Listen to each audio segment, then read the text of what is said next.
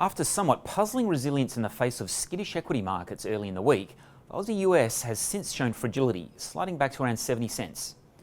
Nerves are understandably frayed as second waves escalate and ahead of next week's massive event risks, including the RBA and the US election results on consecutive days.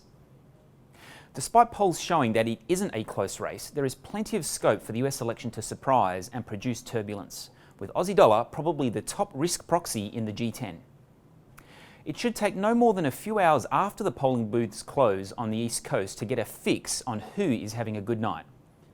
Battleground states such as Florida, North Carolina, Georgia, Pennsylvania, Ohio and Michigan are among the early reporting states.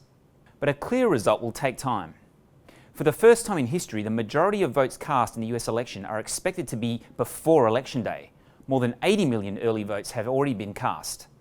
These early ballots are widely believed to favour Biden due to Democrats' preference for mail-in voting, while in-person votes on Election Day are expected to break to President Trump.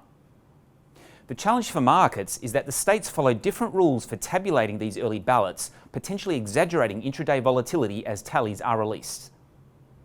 For example, the key battlegrounds of Florida, Ohio and North Carolina permit early counting of pre-election day votes, and these results will be released soon after their polls close, likely exaggerating the impression of Biden outperformance. But Michigan and Pennsylvania do not permit early ballot counting, so early results in these states will tend to break to President Trump's favour. And a final result in these key swing states might not even be known for days to come. So volatility on election night seems assured, even if we do eventually get the market-preferred blue wave that would brighten the prospects for US fiscal support, both short and medium term. That, and likely lower trade tensions with China under a Biden presidency, should be initially positive for the global risk mood. Such a prospect is one of the assumptions in our 75-cent year-end forecast for the Aussie dollar.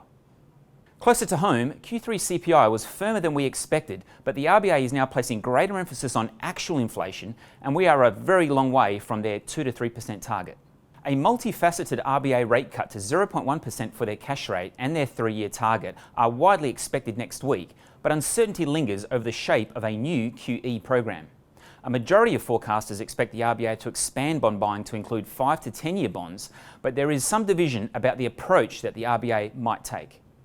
Many commentators expect the RBA to commit to a fixed amount, with numbers ranging from $80 billion to $150 billion in outright bond purchases over the next year. But Westpac favours a more open-ended, flexible program. Overall, we see risks of a break below 70 cents for the Aussie pre-election, but scope for a sharp rebound if equities recover. We'll speak again next week.